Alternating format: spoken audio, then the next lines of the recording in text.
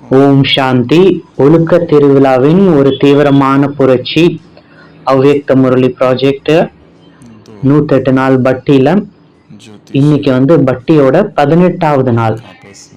டோட்டலா நம்ம 48 வருஷம் அவ்யக்தவாணி பாபா எடுத்திருக்காரு. அதுல டோட்டல் 1066 அவ்யக்த முரளி. ஸோ அதுல இந்த 108 நாள் பட்டி இது 22 அக்டோபர்ல இருந்து 22 அக்டோபர்ல இருந்து 6ஆம் தேதி பிப்ரவரி, அடுத்த வருஷம் 6ஆம் தேதி பிப்ரவரி வரைக்கும் நடக்கும். ஸோ இந்த 108 நாள் பட்டியில இன்னைக்கு 18வது நாள். இந்த 108 நாள் பிராணிக் பட்டியில இன்னைக்கு உள்ள அவ்யக்தவாணியோட டேட் 5/4/81. அவ்யக்தவாணியோட டைட்டில் சக்திசாலியான கர்மத்துக்கு ஆதாரம் தர்மம் அப்படின்னு இந்த இதுல பாபா இதை பத்தி சொல்லிட்டு வர்றாரு. ஒரு ஊர்ல ரொம்ப வித்வானான ஒரு 2 ஜோதிஷி இருக்காங்க, இந்த ஜாதகம் பார்க்கக்கூடியவங்க. அவங்க ரொம்ப அதுல எக்ஸ்பர்ட்டா இருக்காங்க. அவங்க ஒரு நாள் 2 பேரும் சந்திக்கிறாங்க. என்ன பேசுறாங்கன்னா, நம்ம எல்லாருக்கும் அவங்களோட இதை வருங்கால இதெல்லாம் சொல்றோம். நம்ம இந்த ஜாதகத்தை பயன்படுத்தி, இந்த அறிவை பயன்படுத்தி நம்ம அடுத்த ஜென்மத்துல என்னவா பிறப்போம் அப்படின்னு பார்க்கலாமே அப்படின்னு.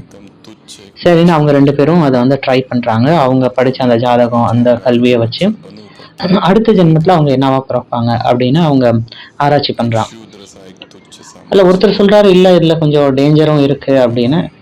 இருந்தாலும் இன்னொருத்தர் சொல்றாரு, இல்ல சும்மா ட்ரை பண்ணி பார்க்கலாம் அப்படின்னு அவரை ஏத்துக்க வச்சுக்கிறார். சரின்னு அவங்க 2 பேரும் ஆராய்ச்சி பண்ணி கண்டுபிடிக்கிறாங்க இவங்க அடுத்த ஜென்மத்துல என்னவா பிறக்க போறாங்க அப்படின்னு. அதுல ஒருத்தர் சந்தோஷமாயிடுறாரு, ஒருத்தர் துக்கமாயிடுறாரு. ஏன்னா அதுல ஒருத்தர் என்ன கண்டுபிடிச்சாருன்னா, அவர் அடுத்த ஜென்மத்துல ஒரு மாடா பிறப்பாரு அப்படின்னு அவருக்கு தெரியுது. இன்னொருத்தர் அவர் அடுத்த ஜென்மத்துல நான் போய் ஒரு ரொம்ப கீழான சாக்கடையில ஒரு கொசுவா போய் பிறக்க போறேன். இதெல்லாம் என்ன ஒரு வாழ்க்கையா? அதை நினைச்சா எனக்கு ரொம்ப துக்கமா இருக்கு. போய் அந்த மோசமான துர்நாற்றம் அடைஞ்சு அந்த கேவலமான சாக்கடையில போய் என் பிறப்பு இருக்கா?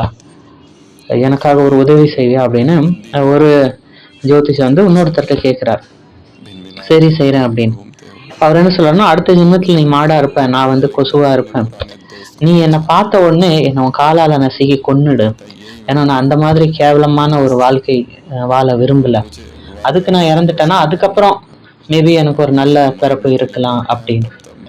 சரின்னு இவங்க 2 பேரும் கொஞ்சம் காலம் கழிச்சு சரீரம் விடுறாங்க. அதுக்கப்புறம் வேற ஜென்மம் எடுக்கிறாங்க. அதுல ஒருத்தர் மாடா இருக்காரு.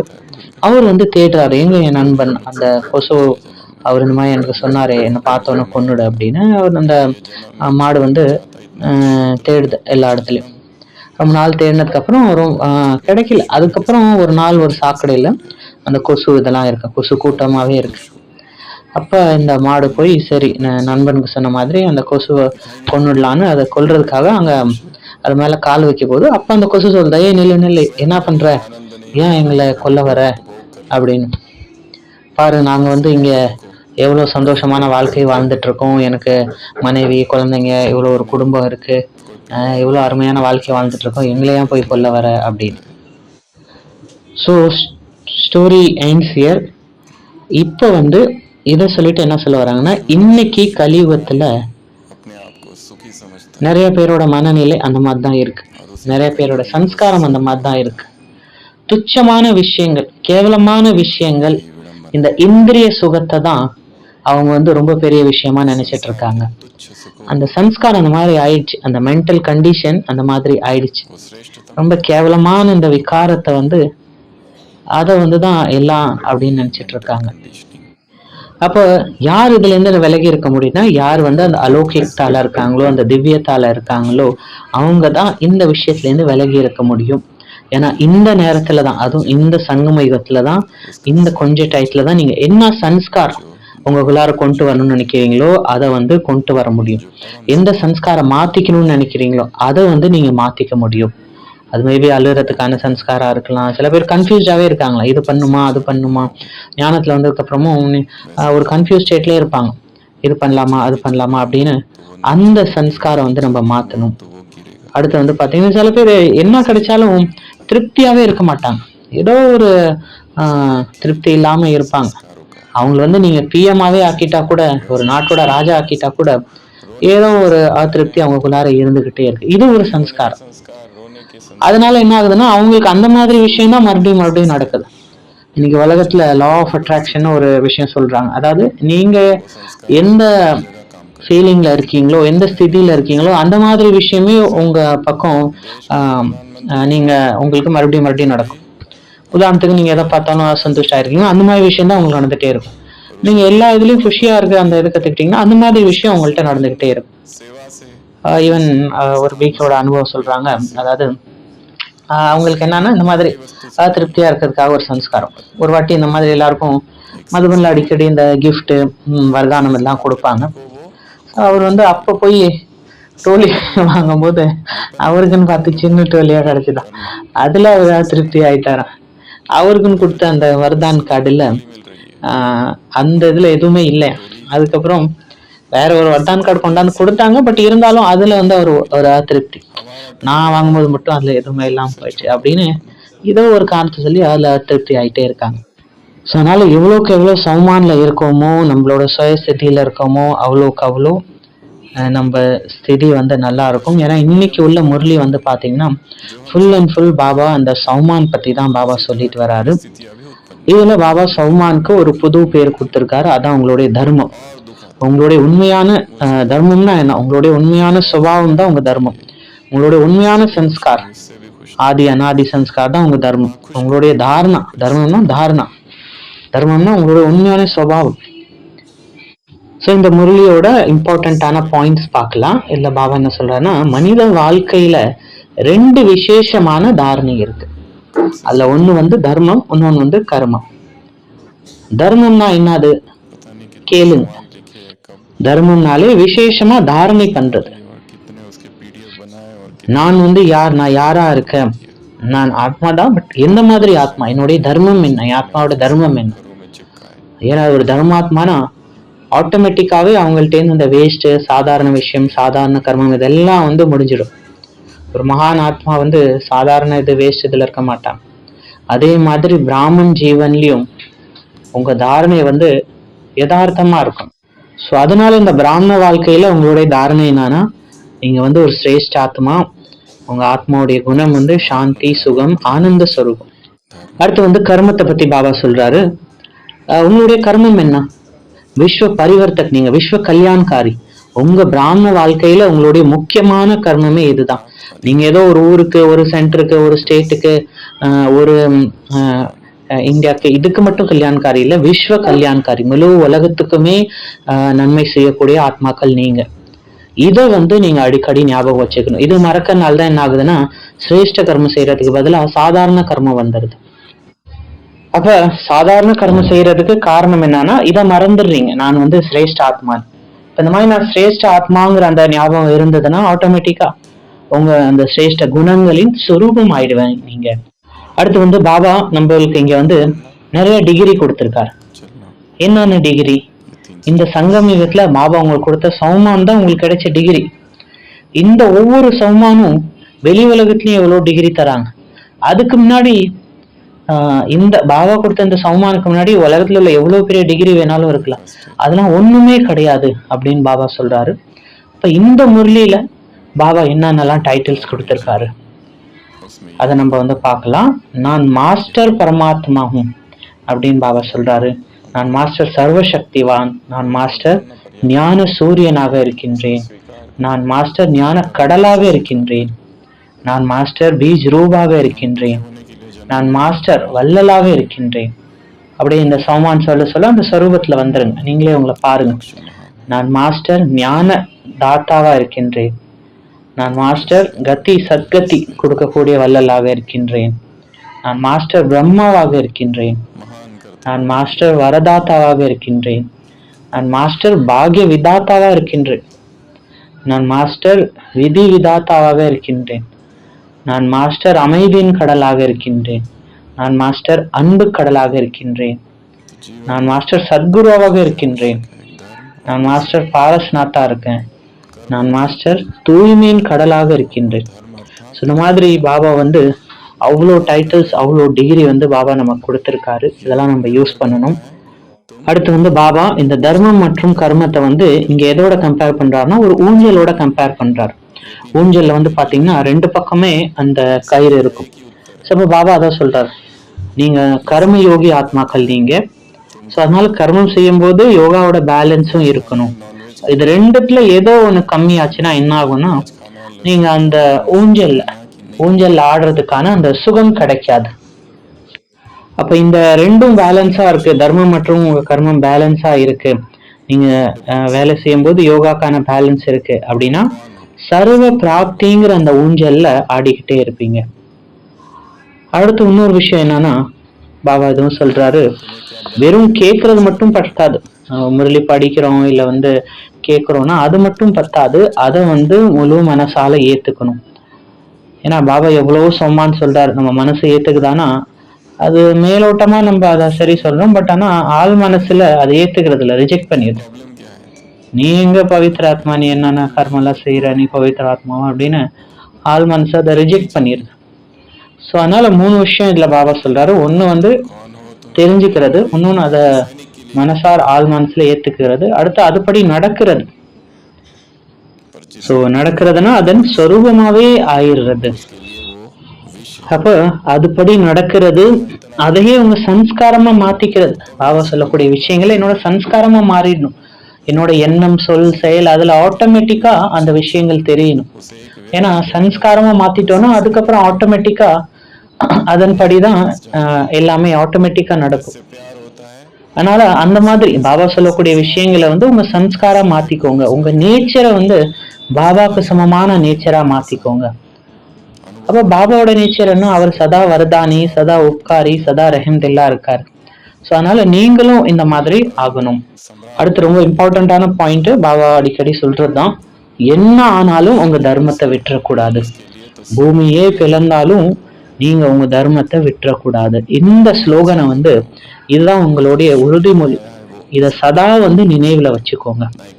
ஆத்மாக்கு எவ்வளவோ தர்மம் வந்து பாபா சொல்லியிருக்காரு. அதனால அதுல ஒண்ணு எடுத்துக்கிட்டு நீங்க ஃபாலோ பண்ணா கூட நீங்க எங்கேயோ போயிடுவீங்க. உதாரணத்துக்கு பாபா நீங்க சாந்த் ஸ்வரூப் ஆத்மான்னு சொல்றாங்க. ஸோ இதுதான் என்னுடைய தர்மம், என்ன ஆனாலும் சரி, என் முன்னாடி அவங்க எப்படி நடந்துக்கிட்டாலும் சரி, உலகமே நான் சாந்தி ஆக்கினாலும் சரி, நான் வந்து என்னுடைய சாந்திங்கிற அந்த தர்மத்தை விடக்கூடாது. என்னோட மனஸ்திதியை வந்து நான் கெடுத்துக்கூடாது. அந்த அளவுக்கு நம்ம ஸ்ட்ராங்கா இருக்கணும். ஏன் அவங்க இப்படி சொன்னாங்க, என்ன இவங்க இப்படி சொல்லிட்டாங்க அப்படின்னு நம்ம அதுல வந்து அசாந்தி ஆயிடக்கூடாது, நம்ம ஸ்திதியை வந்து எடுத்துக்கூடாது. யார் என்ன சொன்னாலும் யாராலையும் என்னோட ஸ்திதியை அசைக்க முடியாது, அந்த ஒரு ஸ்ட்ரென்த் நமக்குள்ளார கொண்டு வரணும். ஏன்னா நம்மளுடைய பிறப்பு வந்து துக்கமா இருக்கிறதுக்காக நம்ம பிறப்பு இல்லை. துக்கமா இருக்க ஆத்மாக்களை அவங்கள சுகமாக்குறதுக்கு தான் நம்மளுடைய பிறப்பு. நம்மளுடைய ஜென்மம் நீங்க வந்து மகான் ஆத்மா, என்னுடைய ஜென்மம் மகான் காரியங்களுக்காக.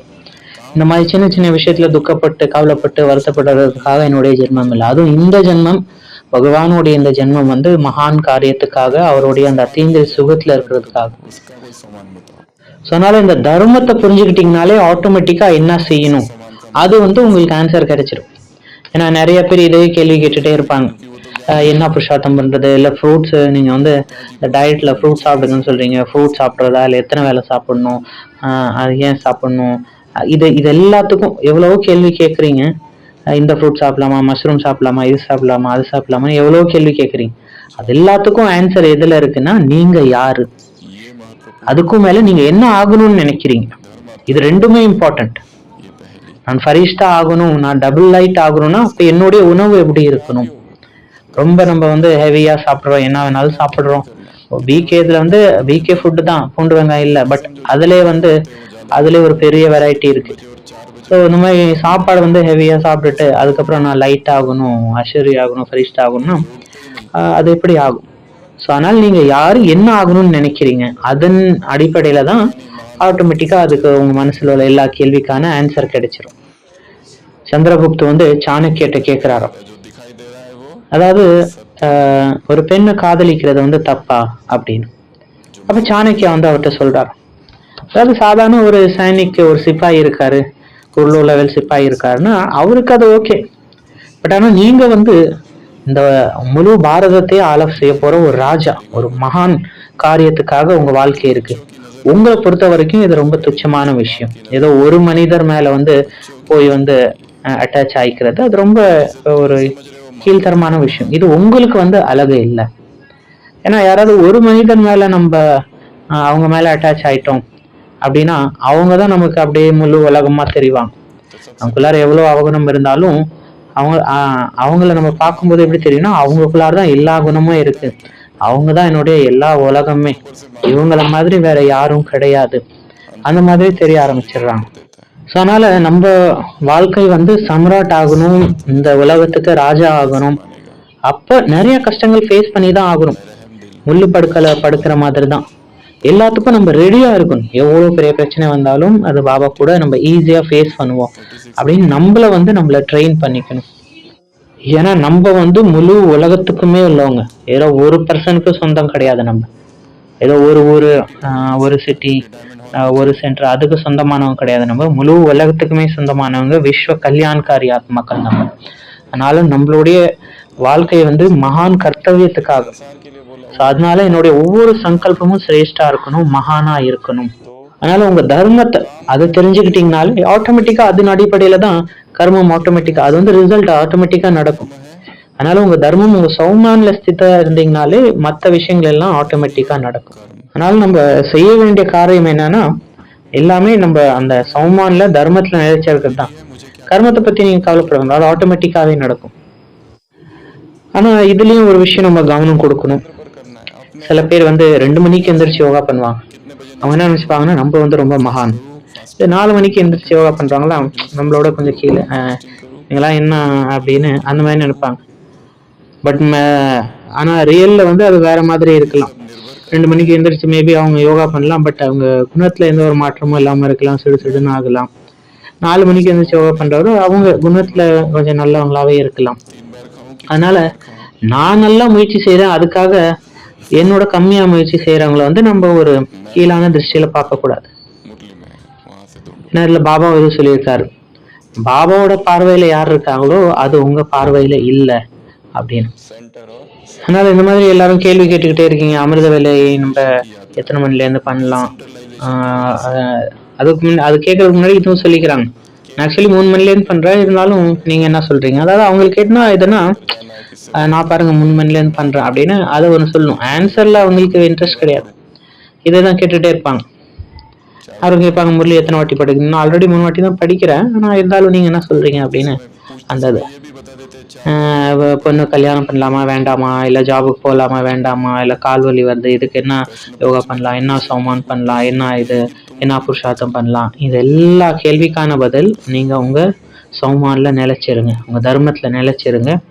நான் யார், நான் என்ன செய்யணும், நான் என்ன ஆக போறேன். தாதி ஜானகி தாதி லாஸ்ட்ல இந்த தான் மே கோன் மேரா கோன், நான் யார் என்னுடையவர் யாருன்னு அந்த இது சொல்லிட்டு இருந்தாங்க. ஸோ அந்த இதில் நினைச்சிருந்தாலே உங்களுக்கு ஆன்சர் எல்லாமே ஆட்டோமேட்டிக்காக கிடைச்சிடும். ஸோ இதுதான் வந்து சென்ட்ரலைசேஷன் சொல்றாங்க. நம்ம அந்த ஆத்மாபிமானி சக்தி சௌமான்ல இருக்கிறதா சென்ட்ரலைசேஷன். அதுல நிலைச்சிருந்தீங்கன்னா மற்ற எல்லாத்துக்கான ஆன்சர் வந்து உங்களுக்கு ஆட்டோமேட்டிக்காக கிடைச்சிடும். அந்த இதுல இருந்து நம்ம தூரம் போகும்போது தான் நிறைய கேள்விகள் நிறைய இதெல்லாம் வர ஆரம்பிக்குது. அதுலயும் அந்த சௌமான்ல இருந்து ஒரு உயர்ந்த ஸ்டேஜ் அடைஞ்சதுக்கு அப்புறம் அந்த சௌமானையும் தாண்டி போயிடுறோம். ஏன்னா பரந்தாமத்துல இருக்கும்போது அங்க எந்த சௌமான் எந்த இதுவும் கிடையாது, அது எல்லாத்தையும் தாண்டி அது அப்பாற்பட்ட ஸ்டேஜ் அது. ஸோ அதனால அந்த உயர்ந்த ஸ்டேஜ் அடைகிறதுக்கு ஃபர்ஸ்ட் நம்ம சௌமான இதை எடுத்துக்கணும். இப்ப பாபா சொல்றாங்க நீங்க பூஜை ஆத்மா, ஆனா நம்மளே வந்து இன்னும் பக்தி பண்ணிட்டு இருக்கோம். ஞானத்துல வந்ததுக்கு அப்புறம் சிவனை வந்து பக்தி மாதிரி நீங்க பாபாவை நினைச்சிட்டு இருக்கோம். அந்த மாதிரி இருந்தா அப்புறம் நான் எப்படி பூஜை ஆத்மான்னு உங்களுக்கு ஏதாவது. பக்தர்னா பிச்சை கேட்கறாங்க, அந்த சம்ஸ்காரம் இங்க ஞானத்துல இருக்கக்கூடாது. நீங்க வந்து அதிகாரி ஆத்மாக்கு. அதே மாதிரி ஒரு இடத்துல பாபா சொல்றாரு, நீங்க வந்து சுகதாத்தா, சுக வல்லலின் சுக கடலின் குழந்தை. நீங்களே துக்கத்துல இருக்கீங்க, சின்ன சின்ன விஷயத்துல துக்கம் ஆயிட்டீங்கன்னா மற்றவங்களுக்கு எப்படி சுகத்தை கொடுக்க முடியும், மற்றவங்களோட துக்கத்தை எப்படி நீக்க முடியும். இதுல ராமகிருஷ்ணனோட ஒரு அவங்க வாழ்க்கை வரலால இது வருது. இது வந்து ரொம்ப வறுமையில இருக்காரு. அவங்க வந்து கேக்குறாங்க, அப்ப அவங்க சொல்றாங்க இந்த மாதிரி நீங்க வந்து போய் காளி மாட்டை கேளுங்களேன், அவங்களுக்கு என்னெல்லாம் வேணும் அப்படின்னு. ஆமா இதுவும் நல்ல ஐடியா தான் சார், நான் போய் கேட்கறேன். அப்ப அந்த காளி மாட்டை போகும்போது அந்த அப்ப வந்து பக்தி தூய்மையா இருந்தாலும் அது என்ன கேட்கணுமோ அதை மறந்துடுறாங்க, அந்த அன்புல வந்து மூழ்கிடுறாங்க. அப்புறம் மறுபடியும் வராங்க. மறுபடியும் கேட்கும்போது அதான் சொல்கிறாங்க, மறுபடியும் போய் கேளு அப்படின்னு. அவன் மறுபடியும் போய் அங்கே கேட்கலான்னு போகும்போது மறந்துடுறான்.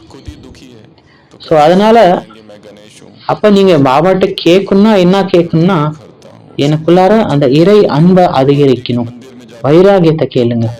முழு உலகத்துக்கும் விஸ்வ கல்யாண் எப்படி பண்றது, அதுக்கு சக்தி கொடுங்க பாபா அப்படின்னு அந்த மாதிரி தான் நீங்க கேட்கணுமே தவிர பக்தி மாதிரி இந்த விஷயம் கூட அந்த விஷயம் கூட அப்படின்னு கேட்டுட்டு இருக்கக்கூடாது. அதுலேயும் சில பேர் வந்து பார்த்தீங்கன்னா இந்த மழை வரணும், மழை நிற்கணும், அதுக்கெல்லாம் யோகா பண்ணுவாங்க. மழை வரணும்னு யோகா பண்ணுவாங்க. அப்புறம் நிறைய மழை வந்தோன்னா சில இடத்துல வெள்ளம் ஆயிடும். அப்புறம் மழை நிற்கணும்னு யோகா பண்ணுவாங்க. சில இடத்துல பார்த்தீங்கன்னா ரொம்ப நாளாக வறட்சி இருக்கும், அங்கே மழை பெய்யும், அங்கே மழை நிற்கணும்னு யோகா பண்ணுவாங்க. அதனால இந்த இயற்கையில என்ன நடக்குதோ அதை நடக்கட்டும், அதில் வந்து நீங்கள் இன்டர்ஃபியர் பண்ணாதீங்க. இயற்கை வந்து தன்னுடைய வேலை செய்து, நீங்கள் வந்து உங்கள் கர்மத்தை செய்யுங்க. ஸோ அதனால இந்த பக்தி, இந்த முயற்சி, இந்த மார்க்கம் எதுக்குன்னா, ஏதோ நோய் சரி பண்ண, ஏதோ வெயிட்டை குறைக்க, இல்லை வெயிட்டை கூட்ட, இந்த மாதிரி சின்ன சின்ன லட்சியத்துக்காக இந்த பக்தி இல்லை. இந்த பக்தி வந்து ஒரு உயர்ந்த லட்சியத்துக்காக, இந்த மார்க்கம், இந்த புருஷார்த்தம் வந்து ஒரு உயர்ந்த லட்சியத்துக்காக. அதில் ஆட்டோமேட்டிக்காக இந்த விஷயம்லாம் அது சைடு தான் நடக்கும். பட் ஆனால் நம்ம லட்சியம் வந்து ரொம்ப உயர்ந்ததாக இருக்கணும். இந்த பக்தி எதுக்காகனா நிரந்தர அஷரீரி பண்ணுக்காக, ஆத்மாபிமானி ஸ்திதியில நிரந்தரமாக இருக்கிறதுக்காக, நமக்குள்ளார அந்த லைட்னஸ் ஃபீல் பண்ணுறதுக்காக. அதுலேயும் முக்கியமாக பார்த்தீங்கன்னா இந்த சமைச்ச உணவு போட்ட உடனே என்ன ஆகுது, ஏன்னா எவ்வளோக்கு எவ்வளோ நம்ம ஃபுட்டு லைட்டாக இருக்கோ, ஃப்ரூட்ஸ் ரிலேட்டடாக இருக்கோ, அவ்வளோக்கு அவ்வளோ செடி நல்லா இருக்கும். ஆனால் சமைச்ச உணவு போட்ட உடனே என்ன ஆகுது, ஃபர்ஸ்ட்டு நீங்கள் பாருங்கள், ரியாக்ஷன் பாருங்கள், இன்னும் நிறைய சாப்பிடணும்னு தோணுது. அது எப்பயுமே வந்து இதாக மாட்டேங்குது. சரி, சாப்பிட்டதுக்கப்புறம் என்ன ஆகுது, ஒரு ஹெவியாக ஃபீல் ஆகுது. சாப்பிட்டு முடிச்சோன்னே, மத்தியானம் சாப்பிட்டு முடிச்சோன்னே அப்படியே போய் ஒரு தூக்கம் போடலான்னு தான் தோணுது. அப்புறம் ஓவர் ஈட்டிங் பண்ணுறோம். ஸோ அதனால் இந்த முரளியில் பாபா நிறைய சௌமான் பற்றி நிறைய சொல்லியிருக்காரு. ஸோ அதனால் என்ன பண்ணுங்கன்னா, ஒரு பக்கம் தர்மம், இன்னொரு பக்கம் கர்மம், 2 காலம் எழுதிக்கோங்க. ஒரு பக்கம் தர்மத்தில் பாபா கொடுத்த ஒரு சௌமான் எடுத்துக்கோங்க. அதில் முக்கியமாக உங்களுக்கு பிடிச்ச ஒரு 21 சௌமான் எடுத்துக்கோங்க. அந்த சௌமான் எழுதிட்டு அந்த கர்மத்தை எழுதுங்க, அது ரிலேட்டடான கர்மம். முக்கியமாக இதில் என்னென்னா ஃபுட்டு ரிலேட்டடான கர்மம் எழுதுங்க. நான் என்ன ஆகணும், நான் ஃபரிஷ்டா, நான் டபுள் லைட் ஃபரிஷ்டானா அப்போ என்னுடைய உணவு எப்படி இருக்கணும். ஸோ மாதிரி ஃபுட் ரிலேட்டடாக அதுக்கான ஆன்சர் எழுதுங்க. நான் அஷரீரி லைட்டான ஆத்மானா அப்போ என்னோட சாப்பாடு எப்படி இருக்கணும். நான் நத்தக் சேவாதாரினா அப்போ அதுக்கு நான் என்ன பண்ணேன். ஏன்னா ராமாயணத்தில் கூட லக்ஷ்மண் அந்த மாதிரி தான் காமிச்சிருக்காங்க. அந்த 14 வருஷம் லக்ஷ்மண் வந்து எதுவும் சாப்பிடல, எதுவும் தூங்க கூட இல்லை. அந்த மாதிரி ஒரு தவம் அவருக்கு. ஏன்னா இந்த உடம்புக்கு கூட வந்து பார்த்தீங்கன்னா தூக்கம் வந்து தேவையில்லை, அதுக்கு ரெஸ்ட் தான் தேவை. இப்போ அந்த ரெஸ்ட் வந்து வேற ஏதோ ஒரு சாதனம் மூலியமா கிடைச்சா அப்போ இந்த தூக்கம் கூட தேவையில்லை. அதே மாதிரி இந்த சாப்பாடும் அதே மாதிரி தான். உடம்புக்கு இவ்வளோ இப்போ நம்ம சாப்பிட்ற அளவுக்கு இவ்வளோ சாப்பாடுலாம் தேவையில்லை, அதுக்கு சக்தி தேவை. அது வேற இதுலேருந்து கிடைக்கும்போது சாப்பாடு கூட நமக்கு இவ்வளோ தேவையில்லை. அப்போ இது ரிலேட்டடான சௌமான் ரிலேட்டடான பாபா என்னெல்லாம் பாயிண்ட் சொன்னார் அதெல்லாம் நோட் பண்ணுங்க. இந்த அஷரரிக்கு பாபா என்ன சொல்றாருன்னா, அஷரரியாய் நீங்க மேலேருந்து கீழே அபுரோடு வரைக்கும் நடந்து போனீங்கன்னா கூட டயர்டாக மாட்டீங்க அப்படின்னு. அதனால இதை ஒரு சௌமான் எடுத்துக்கோங்க, அதை பத்தி சிந்தன் பண்ணுங்க, மனன் பண்ணுங்க, ஏகாந்தில் உட்காந்து சிந்தன் பண்ணுங்க. அதை வந்து முழு நாள்லயும் அபியாசம் பண்ணுங்க, விதவிதமான நேரத்துல அபியாசம் பண்ணுங்க, அமிர்த வேலையில அபியாசம் பண்ணுங்க. அதுக்கப்புறம் முரளி டயத்தில் அதை அபியாசம் பண்ணி பாருங்க அந்த சௌமான. அப்புறம் நீங்க கர்மத்துல இருக்கும்போது அபியாசம் பண்ணி பாருங்க அந்த சௌமான. ஏதோ ஒரு பிரச்சனை வருது அந்த நேரத்துல அந்த சௌமான வந்து அபியாசம் பண்ணி பாருங்க. விதவிதமான சுச்சுவேஷன்ல அந்த சௌமான அபியாசம் பண்ணி பாருங்க. விதவிதமான ஆத்மாக்கள் முன்னாடி அந்த சௌமான அபியாசம் பண்ணி பாருங்க. அதை வந்து ஒரு பிக்சரைசேஷன் பண்ணுங்க. ஒரு சௌமான எடுத்துக்கிட்டீங்கன்னா அதை பிக்சரா பாருங்க, அதை விஷுவலைஸ் பண்ணுங்க, அதுல கலர் கொடுங்க. ஸோ அதனால இங்கே பாபா வந்து நமக்கு ஒரு புது விதமான தர்மத்தை, புது விதமான ஒரு ரிலீஜன், சௌமான்கிற அந்த ரிலீஜன் வந்து பாபா நமக்கு கொடுத்துருக்காரு. ஸோ அதனால இந்த சௌமானம் வந்து எந்த அளவுக்கு அபியாசம் பண்ணணும்னா, அது எப்படி அந்த வெளி உலகத்துல ஒரு குடிகாரன் வந்து அதுக்கு அடிக்ஷன் ஆயிடுறாங்களோ, அவங்க வேண்டான்னு நினைச்சாலும் சாயந்தரம் அந்த டைம் ஆனோடனே காலை ஆட்டோமேட்டிக்கா அந்த குடிக்கிற இடத்த நோக்கி போகுது. அப்புறம் உடம்பு சரியில்லாமல் டாக்டர் ஹாஸ்பிட்டல் அட்மிட் ஆகுறாங்க. அதுக்கப்புறம் டாக்டர் என்னதான் சொன்னாலும் அப்புறம் திரும்பி போனாலும் மறுபடியும் குடிக்க ஆரம்பிச்சிடலாம். அந்த மாதிரி இந்த சௌமான் வந்து உங்க அடிக்ஷன் ஆயிடணும். ஆட்டோமேட்டிக்கா நம்ம மனம் பத்தி அது பக்கம் தான் போகணும். அதோட சொரூபம் ஆயிடணும். அது வந்து நேச்சுரல் ஆயிடணும். அதுக்காக நம்ம கஷ்டப்பட்டுட்டு இருக்கணும்னு அவசியம் இல்லை. ஸோ அதனால அடுத்து வந்து பாத்தீங்கன்னா நம்ம மதுபன்ல கூட டயபெட்டிஸ் கேம்ப் நடக்குது. இது வந்து 3 நாளைக்காக அங்க நடக்குது. 3 நாள் நடத்துவாங்க. யாராவது இன்ட்ரெஸ்டடா இருந்தா அவங்க வந்து ஜாயின் ஆகலாம். இல்ல யார் வேணாலும் ஜாயின் ஆகலாம், வீக்கேஸ் நான் வீக்கேஸ். ஸோ இந்த ரீசன் வச்சு கூட நீங்க அவங்கள ஹெல்த் ரிலேட்டடா ரீசன் வச்சு கூட அவங்கள ஞானத்துல கூட்டிட்டு வரலாம். இதுல 3 நாள் அங்கேயே தங்கி அங்கேயே சாப்பாடு அங்கேயே எல்லா விதமான ஆக்டிவிட்டி எக்ஸசைஸ் அது ரிலேட்டடான ஹெல்த் ரிலேட்டடான கிளாஸஸ் இது எல்லாமே வந்து சொல்லி தருவாங்க. ஸோ இது கூட ஒரு சேவை மாதிரி தான். நான் வீக்கேஸ்க்கு கூட நம்ம பண்ணலாம். ஈவன் வீக்கேஸ் கூட அட்டென்ட் பண்ணலாம். யாருக்கு ஹெல்த் இஷ்யூ இருக்கோ டயபெட்டிஸ் இருக்கோ அவங்க கூட இதை அட்டென்ட் பண்ணலாம். அடுத்து ஃபைனலாக வந்து பார்த்தீங்கன்னா 2 ஹோம்ஒர்க் கொடுத்தாங்க. ஒன்று தான் இந்த சௌமான். ஒரு பக்கம் சௌமான் எழுதுங்க, அடுத்த பக்கம் அதுக்காக நான் என்ன பண்ணணும், அதுக்காக என்னுடைய கர்மம் என்ன. ஸோ அந்த சௌமானின் அடிப்படையில் என்னுடைய தினச்சரியாவை மாற்றிக்கணும். என்னுடைய தினச்சரியா எப்படி இருக்கணும்னா அந்த பரந்தாம் ஸ்திதியில ஆத்மா எப்படி இருந்ததோ அந்த மாதிரி இருக்கிற மாதிரி நம்மளோட தினச்சரியா அதன் அடிப்படையில வந்து நம்ம மாத்திக்கணும். ஃபைனலா இந்த பிரம்மச்சரியத்தோட ஒரு பிரதிஜ்யா, ஒரு உறுதிமொழி, அதுல ஒரு 5 பாயிண்ட் கொடுத்துருந்தாங்க. இது கூட நீங்க எழுதிக்கிட்டு உங்க தெரியுற மாதிரி எங்கேயாவது எழுதி ஒட்டிக்கலாம். அது கீழே உங்க டேட்டு பேரு கூட எழுதிக்கலாம். ஸோ அதுல ஃபர்ஸ்ட் பாயிண்ட் என்னன்னு பார்த்தீங்கன்னா, நான் வந்து கண்டிப்பாக பிரம்மச்சரியத்தை தாரணம் செய்வேன். 2வது பாயிண்ட், நான் கண்டிப்பாக இந்த பிரம்மச்சரிய விரதத்தில் வெற்றி அடைவேன். நான் ஒருபொழுதும் என்னுடைய இந்த இந்திரியங்களின் அடிமைத்தனத்தை ஒருபோதும் நான் ஏத்துக்க மாட்டேன். நான் ஒருபோதும் இந்திரியங்களுக்கு அடிமையாக மாட்டேன். அந்த அடிமைத்தனத்தை நான் ஏத்துக்க மாட்டேன். நான் என்னுடைய மனம் மற்றும் உடல் மீது முழு அதிகாரம் வைப்பேன். ஆத்மாவின் இதுபடிதான் மனமும் சரீரமும் நடக்கும். அது மாதிரி நான் அது மேல முழு அதிகாரம் வைப்பேன். 4வது பாயிண்ட். அடுத்த 5வது பாயிண்ட், நான் என்னுடைய பிராணன் மற்றும் இந்திரியங்களை என்னுடைய வசத்துல என்னுடைய கட்டுப்பாட்டில் வைக்கிறதுக்கான அபியாசம் கண்டிப்பாக பண்ணுவேன். ஸோ இந்த 5 உறுதிமொழி இதை வந்து அடிக்கடி ரிப்பீட் பண்ணிட்டே இருங்க. யோகால வந்து ரிப்பீட் பண்ணுங்க, ஃபுல் டே பண்ணும்போது ரிப்பீட் பண்ணுங்க. அதை வந்து மறுபடியும் பாருங்க. இந்த தூய்மைக்கான உறுதி நீங்க டெய்லி எடுத்துக்கோங்க. ஸோ ஃபைனலாக பாபாவுடைய யாத் பியார், அந்த மாதிரி பாபாக்கு சமமாக சதா சிரேஷ்ட தர்மம் மற்றும் சிரேஷ்ட கர்மதாரி ஆத்மாக்கள், பாபாக்கு சமமா சிரேஷ்ட தர்மம் மற்றும் சிரேஷ்ட கர்மதாரி ஆத்மாக்களுக்கு, சதா